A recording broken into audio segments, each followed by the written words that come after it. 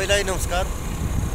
हामी आज सुर्खेत विरानगरबाट रुपाकोट वडा नम्बर 5 हाताबाट जाँदैछु। आज नयाँ वर्षको सबैलाई शुभकामना छ। सर्वप्रथम त हामी खास रुपाकोट हाम्रो म्याडमको माइती घरतिर हामी जाँदैछु। यति बेला तपाईहरु सबैजनालाई यो वर्ष राम्रो होस्, सुख होस्, समृद्धि होस्। के छ भन्नु? म त एकदम खुसी छु। आज नयाँ वर्षको सम्पूर्णलाई शुभकामना छ। मलाई जस्तै हरेक नारीहरूलाई खुसी मिलोस्।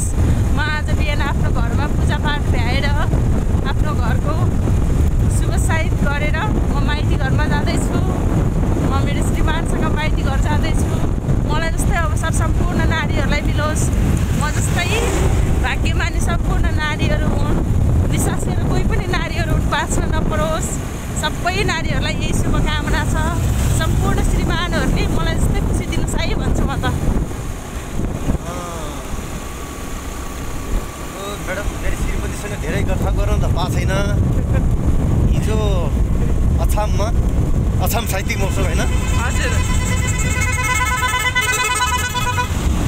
अछाम साहित्यिक महोत्सवबाट आएर धेरै गफा गर्ने अवसर मिलेको छैन।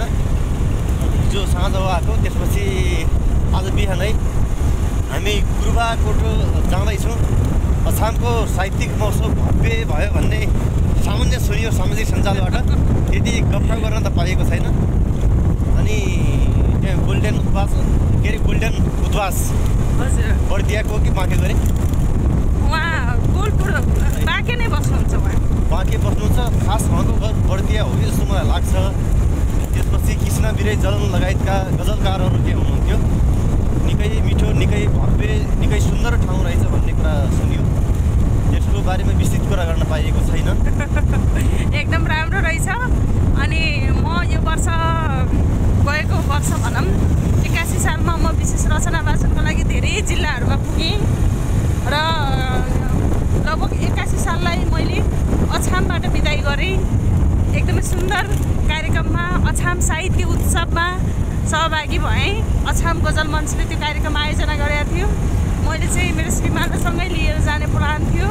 अनि सँगै त्यो प्रकृतिको काखमा सँगै रमाउने मन थियो। उहाँको कार्यव्यस्तताले उहाँ जानु भएन, तर एकदम रमाइलो भयो। एकदमै साथ सपोर्ट पाएँ मैले। त्यहाँको आमा बुवा, साहित्यिक मनहरू, पत्रकारहरू, आयोजकले एकदम माया गर्नुभयो। एकदमै रमाइलो भयो त्यो कार्यक्रम। प्रकृतिको काखमा जति बेला रमाइरहेको हुन्थेँ त्यति बेला मैले विशेष गरेर मेरो श्रीमानले सम्झिरहेको हुन्थेँ। अनि आज हामी रुपाकोट जाँदैछु। यो नयाँ वर्षको पहिलो दिन आजको यात्रा गर्दै कस्तो भइरहेछ? यसो यात्रा गरेको राम्रै भइरहेछ कि होइन घरमै बसेको भए केही खानपिन खाएर मजाले बसेको भए हुन्थ्यो भन्ने भइरहेछ कि के छ खास? एकदमै मलाई त रमाइलो लागिरहेछ। नयाँ वर्षको दिनमा यात्रा गर्दैछौँ। बिहान घरमा पूजा गरेर बिहान घरको प्रसादी लिएर अनि बिहान अलि माथि नजिकैको मिठाई पसलमा हामीले खाजा खायौँ र अहिले हामी मेरो माइती घरमा जाँदैछौँ। गाडीमा जान्छौँ त हजुरलाई गाह्रो हुन्छ पछि एक्लै फर्किँदाखेरि भनेको थिएँ। कहाँ तिमीलाई गाडीमा पठाउनु, म लिएर जान्छु भनेर मेरो श्रीमान मसँग जाँदै हुनुहुन्छ। किनकि एउटा नारीको लागि एउटा घर परिवार र उसको माइती बराबरै हुन्छ। उसलाई त्यति धेरै माया हुन्छ माइतीको पनि। र म मेरो जिउँदो भगवान्, म मेरो बुवा आमालाई भेट्न जाँदैछु।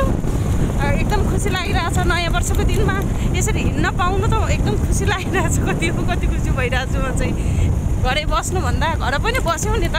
बिहान घरमा बस्यौँ। राति 12 बजेदेखि नयाँ वर्ष सुरु भयो। बिहान 8 बजेसम्म 9 बजेसम्म घरमै बस्यौँ र अहिले चाहिँ यात्रा पनि गर्दैछौँ होइन?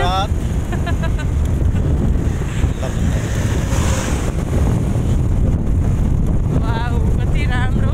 अनि गाडीहरू पनि धेरै हिँडिरहेका छैनन्। सडक खाली छ अनि हामीलाई भिडियो बनाउँदै हिँड्दै गर्न पनि सहज भइरहेछ। एकदम सम्झना लायक र स्मरणीय दिन भयो। वाउ